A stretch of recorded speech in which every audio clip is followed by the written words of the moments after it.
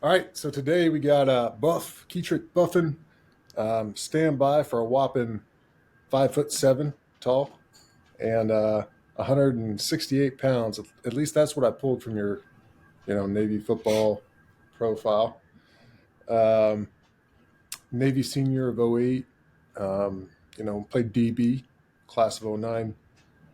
Um, Grew up in the Dallas Fort Worth area.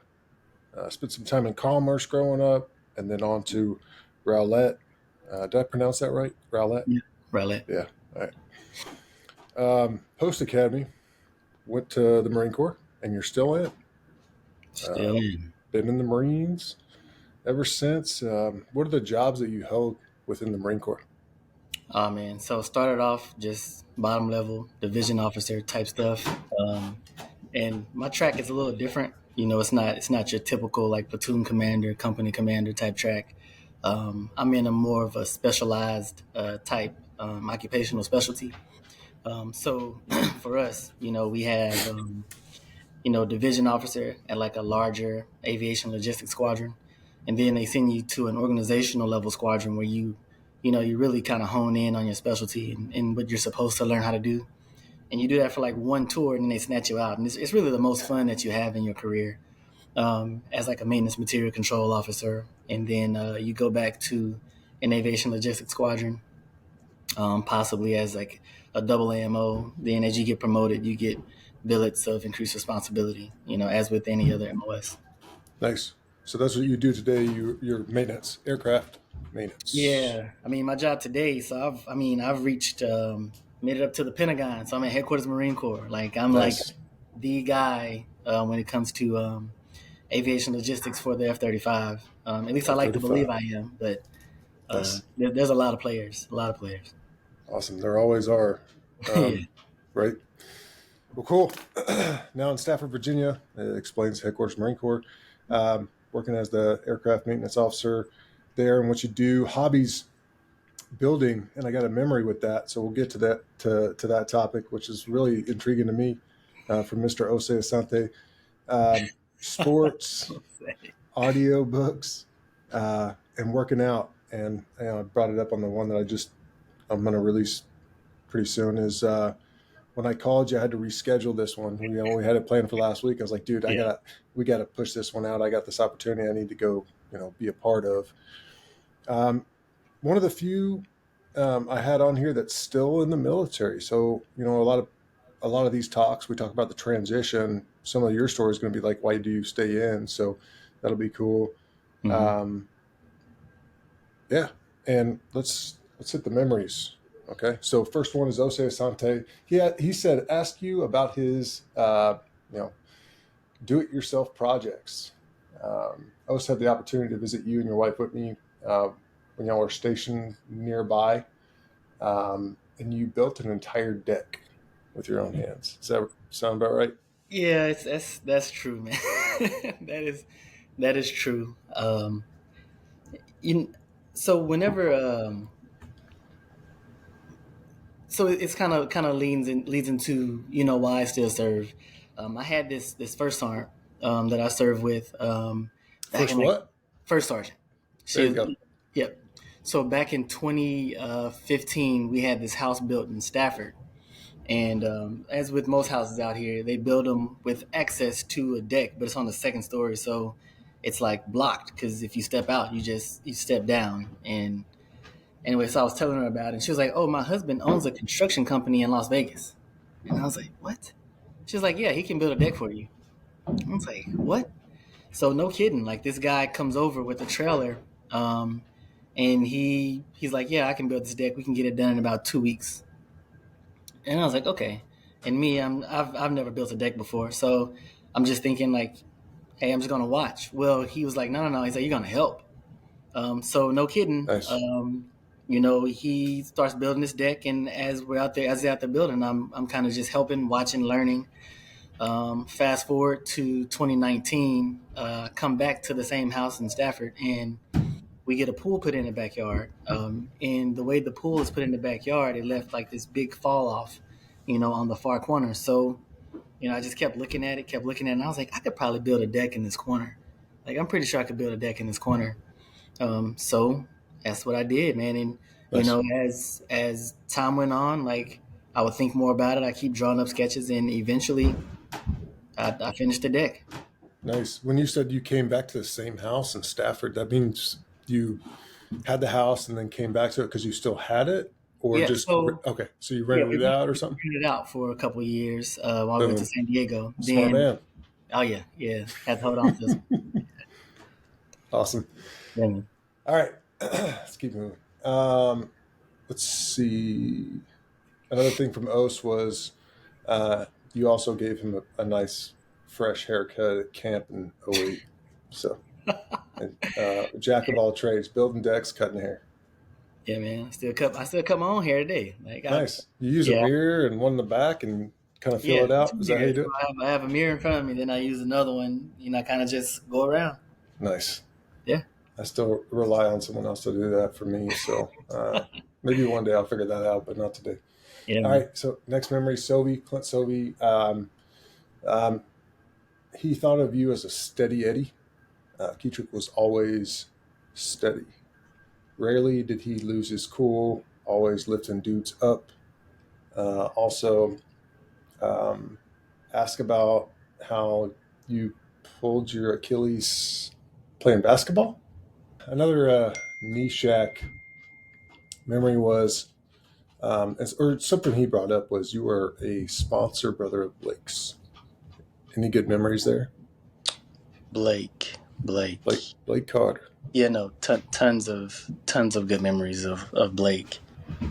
Um, I'm not sure, and he probably showed it a lot, but on the field, Blake was pretty serious. He was about his business, but off the field, Blake was Blake was a goofy dude, man.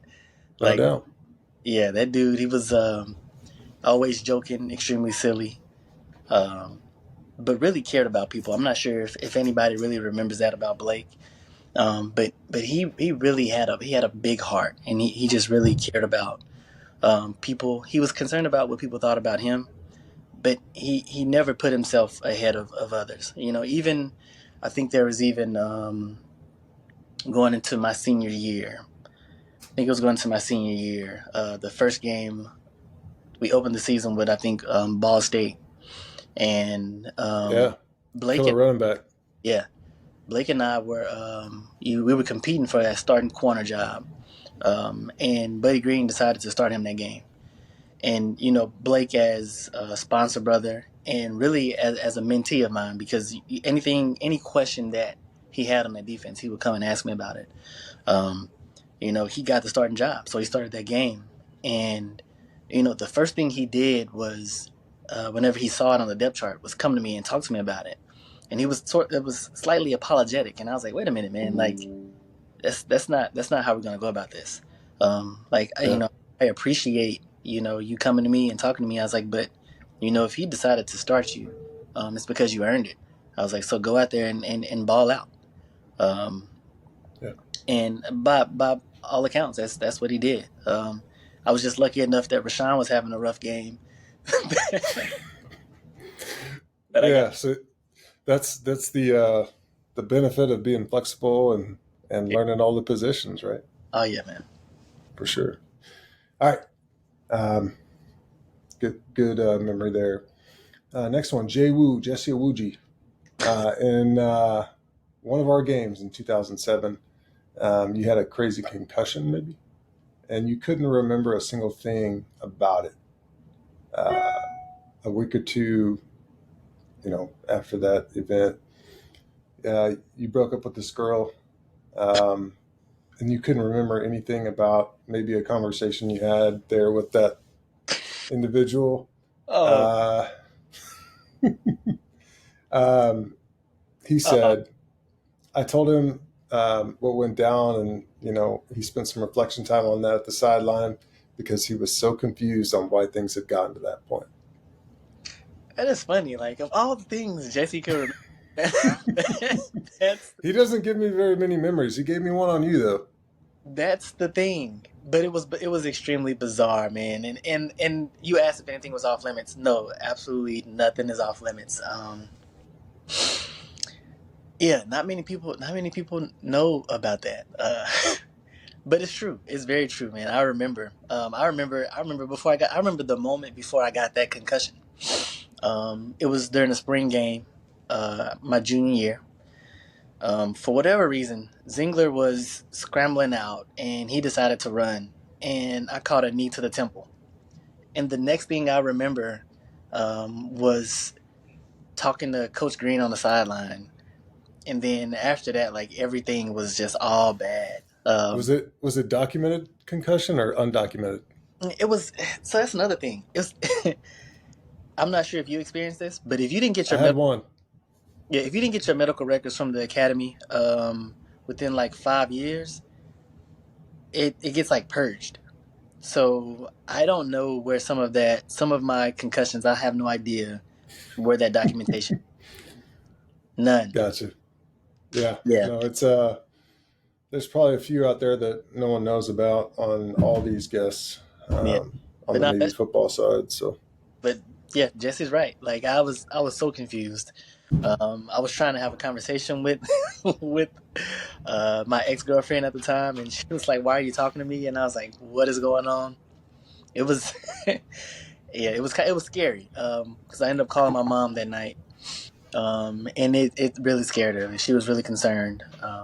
So she had a couple people watch me and just kind of, observe me overnight, and then slowly, it took a while. Things started to come back, and then it was clear. I was like, okay, I remember now. nice. Yeah. Yeah. Moms are good, right? Oh yeah, oh yeah. Uh, last thing from Jesse, it was a very interesting situation, but funny after the fact. Here we go. All right. Two more, and my last one's going to be an audio insert because I figured out how to do that finally from Drex. But the next one is Jeremy Miles. He said, I always looked up to Ketric as, like the Navy version of the honey badger. Tough, scrappy, feisty, resilient, and more heart than guys that are 4 times his size. So before I get into the Drex cut that I'm about to play, before I even got he's the first one that sent me a little voice clip on a memory, which is why I want to do the voice because it's better when it comes from the actual, person. But I wrote down, Ketric, not about your size. It's not the size of the dog in the fight, but the size of the fight in the dog. So let's cut over and listen to what Mr. Drex had to say. And this may take a second. There it goes.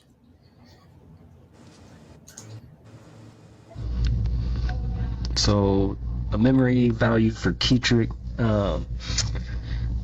Memories. I'm bad with memories, and I think that's part of my. I need to claim this in the VA. Document it. I just remember. I don't even remember what game it was. Ketric will remember this though if you bring it up. But I remember him like leaving a play, and then we had to send like maybe one of our.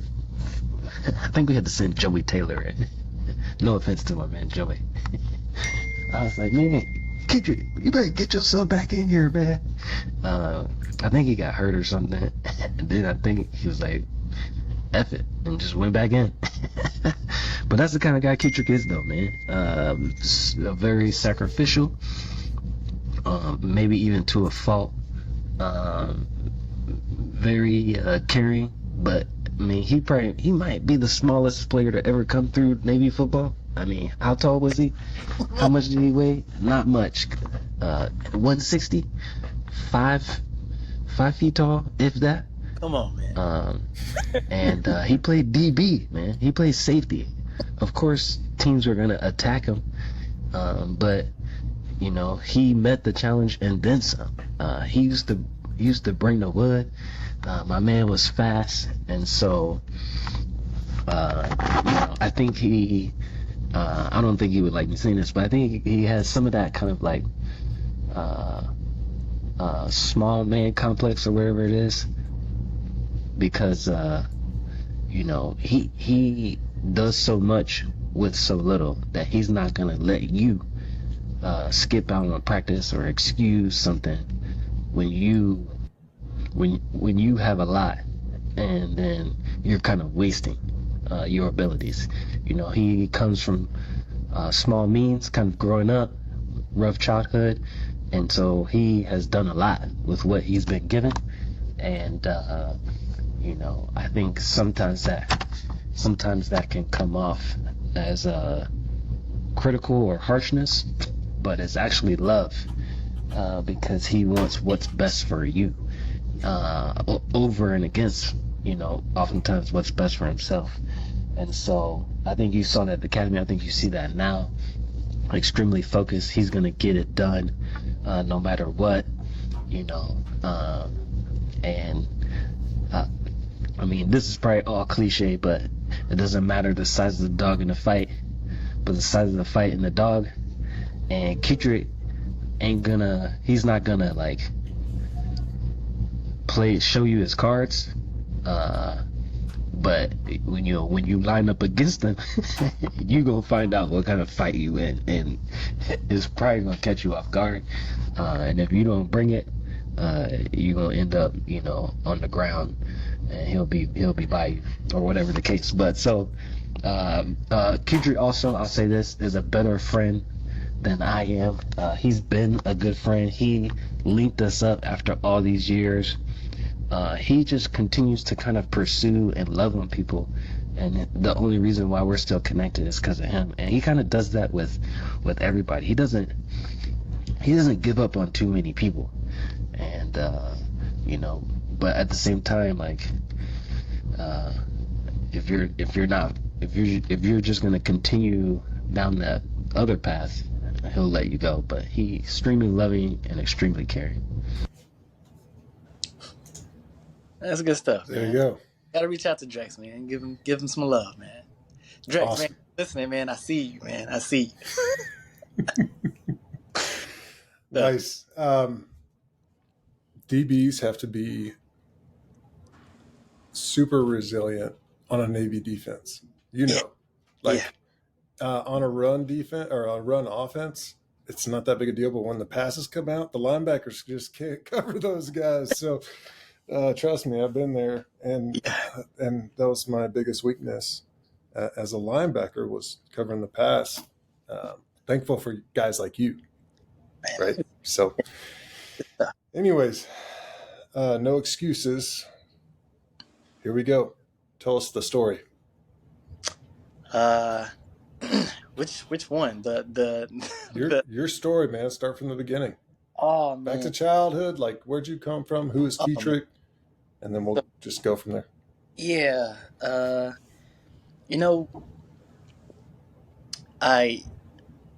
am often, reluctant to really share my story, and honestly, there's very few people that really know the things that I've been through in life, a lot of the struggles that I've endured, and then the blessings that I've encountered, as a result of some of the struggles that life kind of brought me through. ShamWow. But I'm excited, to share it now. Grew up pretty much really poor. And I was always in between having one parent, 2-parent household. Definitely a product of the welfare system. Grew up in community housing. Whenever people talk about, they make the cliche statement of on the other side of the railroad tracks. Anybody that would listen to this and is familiar with Commerce, Texas, and Norris community, they can attest to the reality of living downstream, south of the factories, literally on the other side of the railroad track. I mean, even so much to where the water drained in the city, all the contaminants in the water, came down to that area. So I remember my mom getting you know, a check from the government because it was found that there was arsenic in the water that we were drinking. Um, so Yeah, put that on your VA claim too. yeah, I know, right?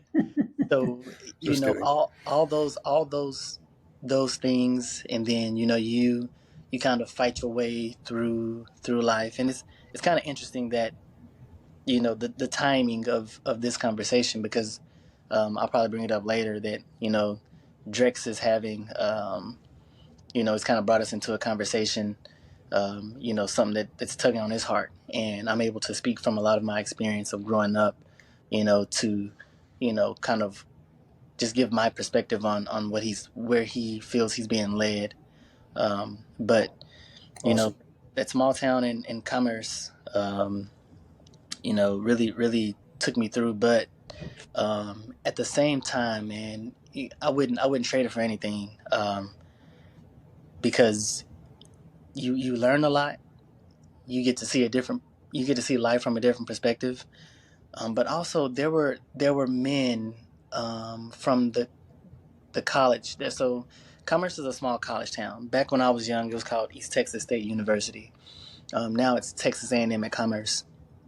But what they did was they got a lot of the men from the fraternities, and they would come down, or they would pick us up after school, and then they would take us to like a conference room on the college campus, and they would mentor us, help us with our homework. It was through them that I went to my first professional hockey game. I went to a Texas Rangers baseball game because of them. So it really kind of gave me a vision. Like I knew that there was something greater in life. There were other opportunities in life that were available to me if only I could get out of that environment. So lo and behold, after the whole arsenic water thing, they moved the community housing to the other side of the railroad tracks, in a newer development. Um, then things happen in life. I think we ended up moving to Dallas. Then I got to be closer with my dad. Um, so that whole time in Commerce, I was living with my mom. Then my mom and dad decide to get back together. I think at this point I'm in like the fifth grade maybe. So now I'm in Dallas with my dad and mom, and that lasted about a month. And then I just stayed in Dallas with my dad, and that was for like 3 years to the eighth grade. And then the eighth grade, I ended up moving in. After eighth grade, I ended up moving in with an aunt and uncle in Rowlett, and so I finished school in Rowlett. Um, and so all that transition, all the struggle, is obviously integral in pretty much building who I've become as a man. All those struggles, really relying heavily on my extended family, and really starting to understand, the tribal method and what it really takes to raise a man or raise a kid, period. A lot of who I am and the way I see life now is because of the things that I ended up having to go through whenever I was coming up. Gotcha. Getting from Commerce to Rowlett, like, how'd that come about? You grew up in Commerce. You ended Yeah, up going to high school in Rowlett. Like, how'd that move yeah. happen? So, man, I remember being a kid. I'm not sure why I was this way. I assume that most young men are, but my dad was like Superman to me. And I know I cried myself to sleep many nights, longing for my dad, to spend time with my dad for like years. Like I can remember just wanting to be with my dad, not understanding why, other kids had their dads, but my dad wasn't around.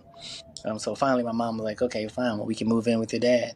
So she decides that, hey, we move with my dad. Well, like I said, it didn't last long. But when I moved in with my dad, things were rough. So I moved to Oak Cliff, Texas. At that point, things were rough. Oak My Cliff. Oak Cliff, that's Nice. good. Yeah.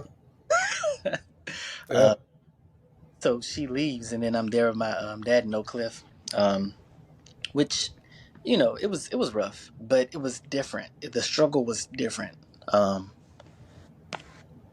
Sorry, the struggle was different. Like being there with my dad, um, it was a struggle, but I felt more confident in the struggle. Like I Yeah. knew I had Superman next to me. Makes a big So difference, yeah, right? so we're gonna make it through this struggle. But you know, one thing led to another, and the way that it actually ended up panning out was I ended up going to this Dallas Environmental Science Academy, and it was pretty much an academy for the gifted and talented students of the area. So Awesome. I get there, and I'm in the seventh grade. Yep, seventh grade, and I'm doing like ninth, 10th grade classes, and I didn't know it. To me, I was just doing normal classes. Um, I found out that I was doing advanced classes whenever the principal approached me and he said, "Hey, someone is reaching out to us to get your transcript because they're trying to transfer your school." And I was like, "What is happening?" It was my aunt and uncle.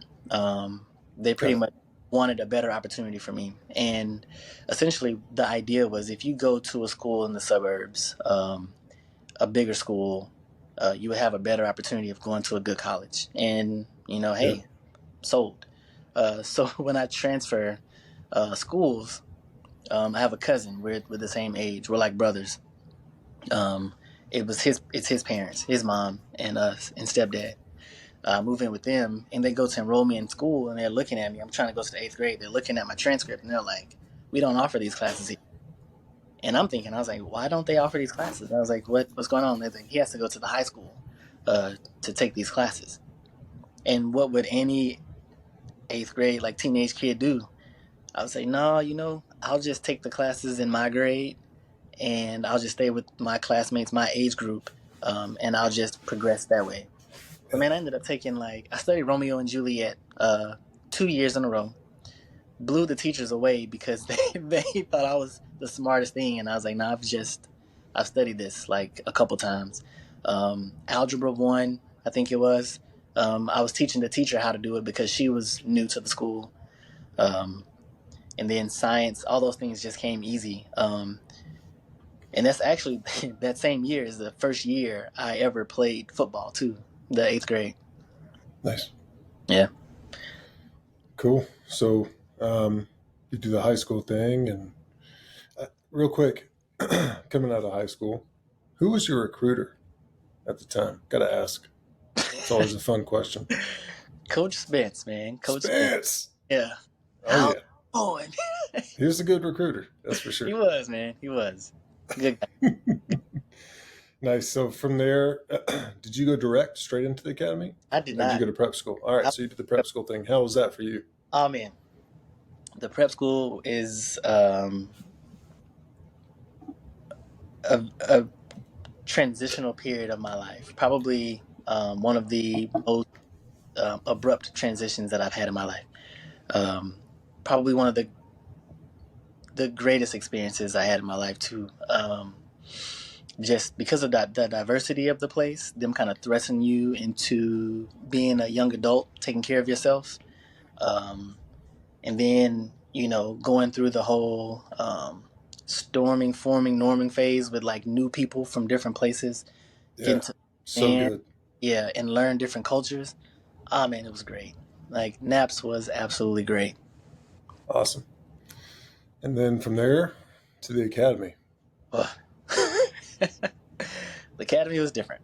Um, I How got really, so? oh, I got comfortable with Naps. I got comfortable with Naps. I got comfortable with the 300 of us. Um, you know, the peer leadership at Naps was different than the structure of the academy, and so that took a little time getting used to. You know, having guys that were my age or like a year or two older. You know, feeling well, I wouldn't say feeling empowered, being empowered um, with the responsibility of you know trying to learn how to lead while leading me. And Yeah. it was hard for me to respect them. It was hard for me to respect them in the It's halls. a great learning tool, though, right? It is. It Hey, absolutely I want to be like this. I don't want to be like this. Right? exactly still happens today. It still happens today. Um, True. yeah, but the football transition was a leap. When I went to Naps, I felt like the level of football. took a step down from what I was used to in high school. So when I went to the academy and got to practice, I felt like, okay, like that's what I expected, that first step of college football to be like. Yeah, dude, inner city Dallas high school football is Yeah, that's where you get your chance to find the next level, right? And then you go to Naps and you're like, yeah. Naps but was, then, yeah, go yeah. ahead. I'm just saying Naps just the competition, not the guys that we were there with. Like you could see the talent in the guys that were recruited with you, but the teams we would play against, it was like, yeah, like who are these guys? Like, Yeah, yeah, I'll take these lessons and keep moving. yeah. Right. So cool. Anything else from the academy before we jump into your career? No, you just you meet a lot of people. You you really the academy. People ask me all the time if I could go back, would I do it all over again, and I would, because you learn so much about yourself, the responsibility that they give to such a young person, the workload that they put on you, in addition to the amount of hours that we put into football. I mean, I think it prepares you for so much later in life that I can't think of many other things that would have prepared me for being a father, waking up with my wife at every feeding just to be there for moral support, and then getting up a little bit later to go to work and having to keep my head on straight and be able to function, as an officer in the Marine Corps and get it right there and then come home and do it all over again. I'm not sure that there's any other scenario that would have prepared me for something like that other than, the academy and all the hours that you have to put into academics, as well as the time and effort that you put in on the field. Yeah, no doubt. Um, Before we move on, I got to ask, do you have a good coach story? I'm going to go out on a limb here and say, do you have a good Buddy Green story? Yeah, I do. I do. What is that story? Oh man, so it kind of goes with the kind of welcome to Division I football. Boom. Dude, he was one of the most fired up dudes every single day. And if you weren't doing the right thing, he would let Yeah. you Oh yeah. know. So tell your story. I thought the guy hated me. Like I knew for sure that guy hated me. I was like, I'm never gonna play here. Like I just got to figure it out. But my Buddy Green story, he used to dip, which a lot of coaches did. But I remember he used to dip. And He spit it all over you one day. man, it was during we were still in plebe summer. Or maybe plebe. Yeah, I got out of plebe. We got out of plebe summer early to start camp. And I remember it was the very first practice, and we were doing conditioning. And that very first conditioning period, it was like 3 whistles. It was I think we did what was it, like 30, 25, 20, like the ladder or whatever. Yeah. And coach was blowing the whistle so fast, and I couldn't recover. And by the end of it, I was running with a lineman. Because I had no legs. Like I was beat. Like I was giving my everything. Because I was like, I'm making varsity. So by the end of practice, I'm like, I had nothing. So he runs up to me, and he like grabs my face mask, and he's yelling. I'm in the fog of war. I can't hear anything he's saying. I'm breathing loud. I just remember dip spit just going in my face. I was like, Smells like wintergreen. is he spitting on me? I was like, this is gross. Then I was like, man, I can recover. Like, my mind was going to do something, but I was like, this guy is serious. Like, he's like holding me by my face mask, yelling. Meanwhile, I'm missing the reps, which I was cool with. I couldn't remember. Like, I was like, this guy is really spitting in my face right now. Yeah, I would never. You were Never get it. you were in the just 1 mile phase. So I just watched a documentary. It's called Just 1 Mile, and it highlights a Navy SEAL. It's a mile loop. It's a race. A mile loop, as long as you can go. There's only one winner. Like 100 people go to it. The I'm an uncommon man with an uncommon desire to succeed. Quote from the guy that does that. And when you were running those things, you were running that mile. That's what it sounds like. So I got to do some tie-ins every now and then. So. It's all good, man. I like that one. I like that one. Yeah, I like. Awesome. So you transitioned, graduate, go into the Marine Corps. Why'd you go to the Marine Corps? You want to know the honest reason? Yeah. I like the uniforms. um, Two, man, I get seasickness like really bad, like really bad. I went Okay. on the USS Comstock. I think it was like LSD 45 my freshman year. We got underway for a week, and for that week, I think I was in the rack for maybe 4 or 5 days. And I was like, "There's no way I'm going to be able to be on a ship. Like I'm not going to the Navy because I'm not going to be on the ship." Little did I know, there's a such thing as a Marine Expeditionary Unit. They they they deploy on ships. Also, there's a carrier air group that Marines go on when you're part of the wing. They deploy on ships. So in my immature or ignorant mind, I just figured the Marine Corps would get me as far away from ships as possible. So I'm going Marine Corps. I can't do the Navy. Gotcha. Yep, that was it. And then you get into the Marine Corps. How was your TBS, the basic school Oh man, experience? I was not a fan of anybody at TBS except for Joe Taylor, who was in my company, and man, there was another Academy guy, and I know him, and I cannot think of his name right now.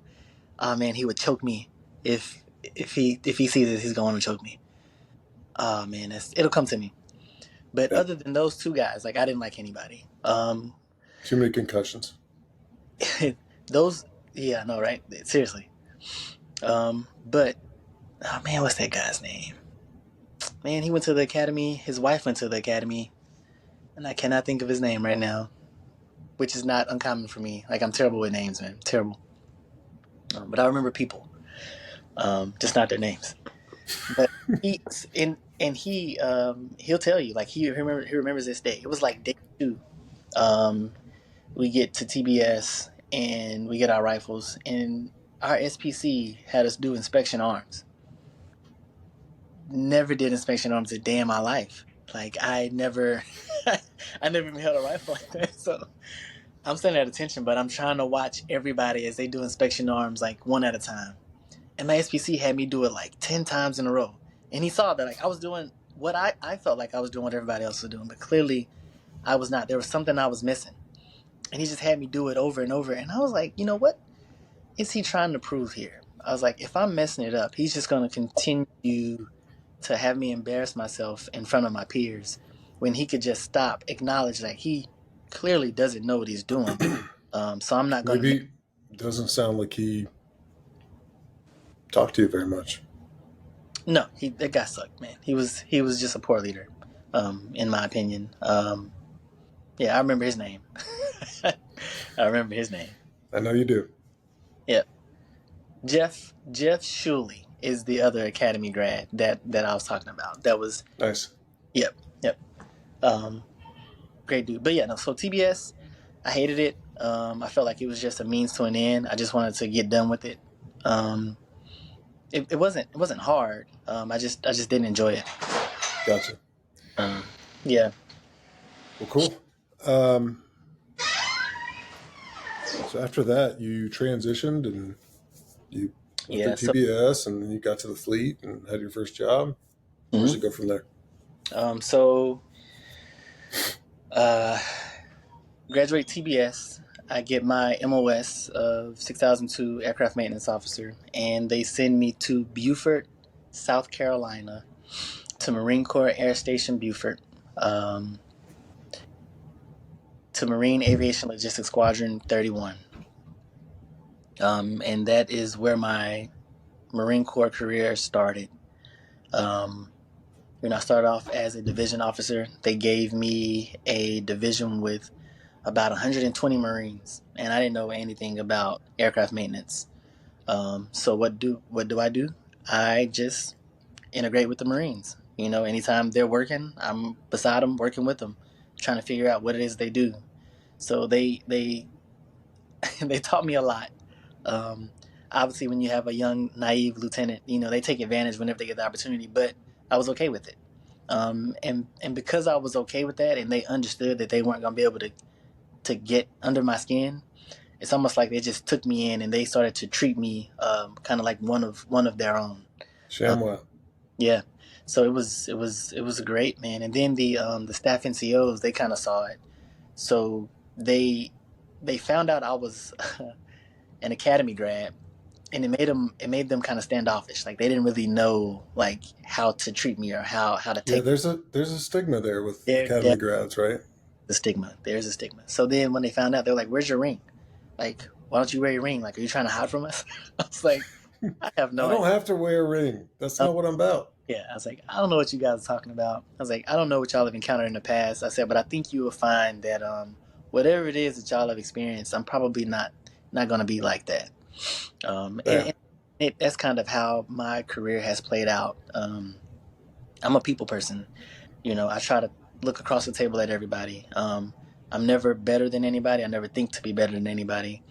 And I think that has really boded well for me in my career. Yeah, Yeah. for sure. Cool. Anything else in your story in the Marine Corps that was, keep I going. mean, there's a lot, man. I mean, the Marine. Unpack it. Let's go. Yeah. I mean, okay. So the Marine Corps has been. I've only deployed once. Um, and my deployment is not like some of the stories you'll hear. Like when I talk to Drex and Joe, and I tell them my deployment story, it does not compare to what they experienced. So my first deployment, my only deployment, I went from Beaufort, South Carolina to San Diego to Marine Corps Air Station Miramar. I was there for 3 days. And then from there, I flew to Hawaii and I stayed at the Hilton Hawaiian Village. We were there for like 5 days. Then from Hawaii, I went to Wake Island, which is a beautiful island in the middle of the Pacific, man. It's in like has a lagoon in the middle. Um, Beautiful, absolutely beautiful and secluded place. Tons of history there. But went to Wake Island. I was in Wake Island for 5 days, which is probably about 3 days too long. I want to ask more about the history there. Is there something that stands out to you in that history? That Oh yeah, man. There's a lot. So let me see. I think it's World War II. We are defending the U.S. is defending the island against Japan, and I think that it was one of the good. if not the only time that a Marine command surrendered. And I think that may be the genesis of why that flag was never allowed to come back to U.S. soil. So that the command still exists, I believe, but never again will that flag fly on American soil. But my history is a little dusty right now, so I'd have to go back and look at the specifics of it. But Gotcha. you'll see like more from, whenever the ships were like firing on Wake Island. Like it's all still there. Like the bunkers are there, the shelling is there. Like it's surreal, and you're sitting there looking like I don't know I know I would do it if I had to, but the intestinal fortitude that those men must have had to, sit in there and fight against something like that is but be there and to see it in person and to kind of read the placards, because there's plaques everywhere on a lot of the bunkers, and kind of see the history. And then as you continue to mature your military career and you understand the history of different units, and then the significance of certain battles, you kind of reflect on, man, I've been there, like I stood there. So it's pretty. But anyway, so from Wake Island I went on to Iwakuni, Japan. From Iwakuni I got to go to Guam and also the Philippines. Then once I finished that up, flew back through Hawaii and back to the States, and that was my deployment. So it was nice. It was really nice. Cool. Yeah, man. All right. Anything else in your career before I move on? I can see your wheels are turning, but oh yeah, man. Because I gotta ask. Because there's so many things that I could draw out. so many lessons, so many tools that I've put in my tool belt from different experiences, both good and bad, that has constantly contributed to, you know, the man, the leader, the father, the husband that I am today. And unfortunately, the things that always stand out the most and that you learn the most from is from the worst leaders that you serve under. And I can just remember, man, I had this one colonel. This guy was he was he just did not get it, man. He lived on another planet, um, and I did my best to, you know, do what he asked of me. But at the end of the day, I had a really hard time with this guy, and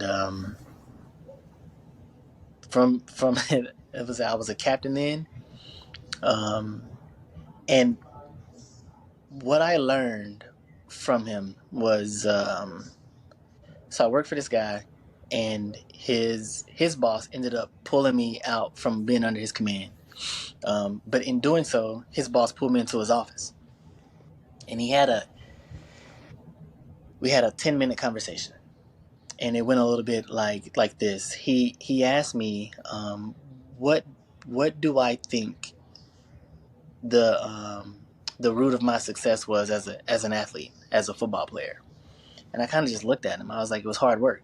He was like, yeah. He's like, so you worked hard. He said, tell me this. He said, whenever you went to different teams throughout your life, you know, was every coach the same? I was like, no. He said, did you ever find yourself on the bench throughout your career ever? I was like, no.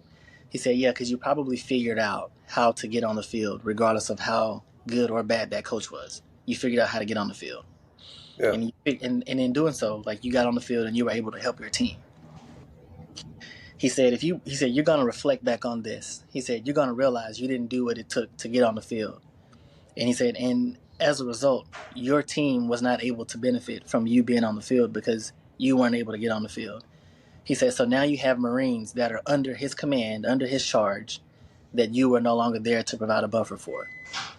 He's like, so next time you experience this in your career, he said, you need to figure out a way to be a leader, not just for your boss, but more importantly, a leader for those Marines who now have to deal with the guy that you just let get away with whatever it is that he was doing. And that was eye opening. Like, it gives me goosebumps thinking about it because it's so true. That guy was terrible, and because of who I was, the Marines didn't know what was going on. But when I left, they all. You can always, complain up and out, never below. Yep. Never down, even to your peers. Yeah. What keeps you in the Marine Corps today? Like you're still okay. Marines. The men and women that you get to work with every day. The men and women that invest in you, and the men and women that you get to invest in. That really is it. There's no other reason other than that, because shoot, I could get out, get a job, and have more time to spend with my kids. But the reality is, I think I know for sure that I would miss the camaraderie, a lot of the fellowship and the mentorship that takes place in the Marine Corps. Nice. Mentor question comes up in a lot of episodes. Got to ask, do you have a certain mentor that stands out to you?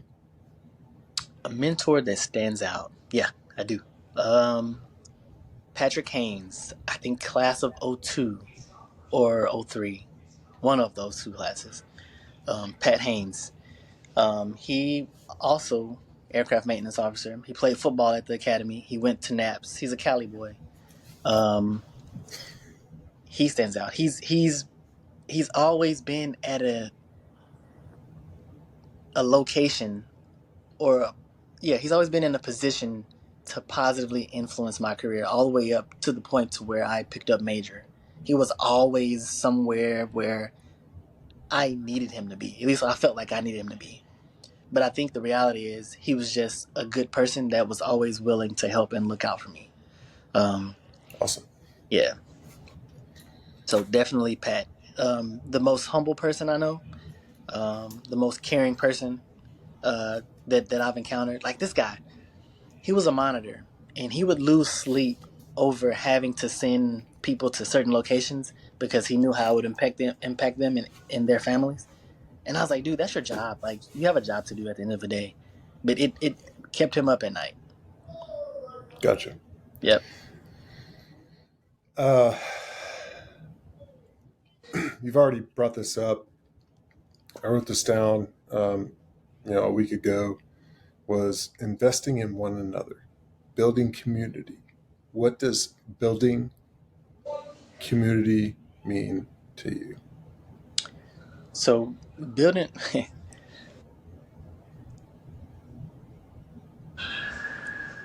So did Drex tell you that he asked me to sing at his wedding? He did not. Oh man, this guy. We didn't get there. Oh man, because I love him, I say yes. So he asked me to sing at his wedding. And the song he asked me to sing is "Lean on Me." Lean on me, lean on my soul. Yep.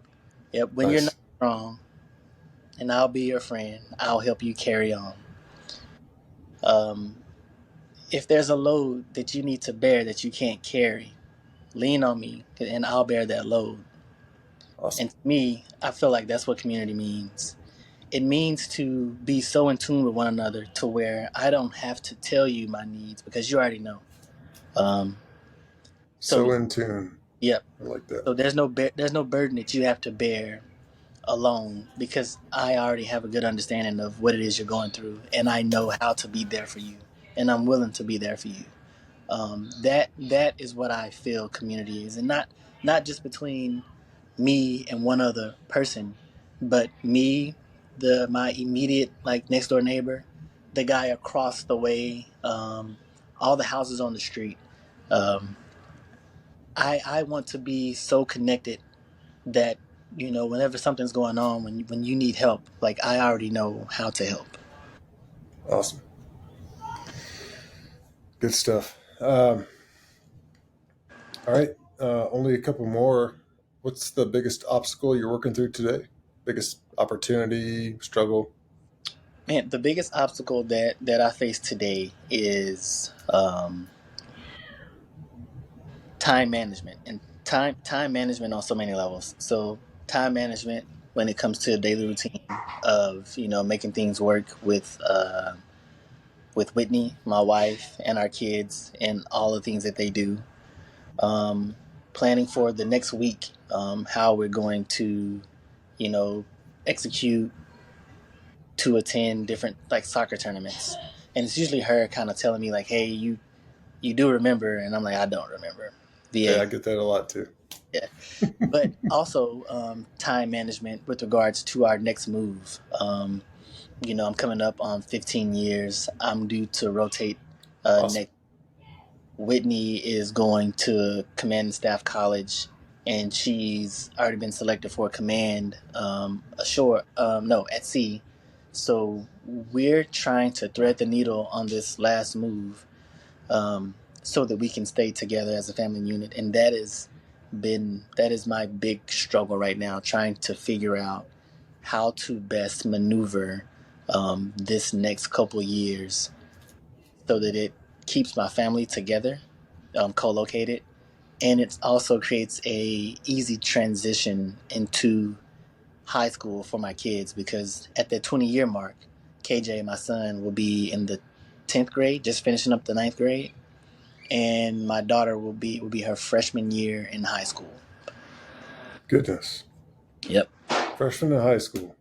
I am not looking forward to that. So hats off to you, sir. I'm not looking forward to it. Daughters are different, man. Yeah. Oh, man. Daughters are different. I'm terrified. Yeah. Cool. So for you, where do you see Ketric Buffin in 5 to 10 years? What's your vision? I mean, 5 years. Hopefully, I'm at some beautiful, sunset ceremony, where I'm retiring from the Marine Corps, and I'm getting to focus all my time and attention on my family, my wife and kids. 10 years, um, man, 10 years, I plan to be somewhere in Texas on 20 acres, um, not being able to see anybody and making my kids call me before they come visit dad. No, not really. But the 20 acres in Texas, that's a real thing, though. Yeah. Like, I plan on being. Disconnected. Is it? You there? No, My I bad. was saying just you were excited to be disconnected on Oh, yeah, 20 acres. completely Yeah. disconnected. Working, doing mentorship, not necessarily having to work, but volunteering for work, and just really enjoying, the fruits of the labor that me and Whitney put in over all these years, and really getting to enjoy, you know, following our kids around, whatever they're doing. If they're dance, gymnastics, sports, whatever they're doing, just being there to support them. Awesome. All right. Last question. What's your price of admission? Yeah, I'm gonna go plug my phone in. I want to make sure I don't lose you on this one. All right, price of admission. We've really flirted with it throughout this entire podcast, and hopefully, I can clearly articulate, what I feel my price of admission is, um, and ultimately, I think the price of admission is the struggles that you encounter in different seasons of your life, but not just not just the struggles alone, but how you overcome those struggles and the lessons that you learn and kind of the callus that you build um, while working your way through those challenges. Um, so I would say that the callus, is really the price, because the callus is the thing that enables you to continue to press on through whatever struggle life throws at you. Like, you have that muscle memory, like that can do attitude, that no matter what happens, you're going to figure it out. And when you do figure it out, you have paid the price, because you put in the work to get to the other side of whatever struggle in life you're facing in whatever season you're in. Yeah. Yeah, and I can apply that, or I can show how that's been applied through many situations in my life. Sports is obviously the easy one. Kind of like to Drex's point, he he said I was 5 foot, man. I'm 5'7", man. Like, Hey, I set that clear up front yeah, at the very beginning. I think I five did seven, it right. but 160. Like, so no kidding. I was the smallest starting safety and the smallest starting safety in Division I football at 155 pounds. 55. Yeah, and because I was so light, I was always afraid of being run over.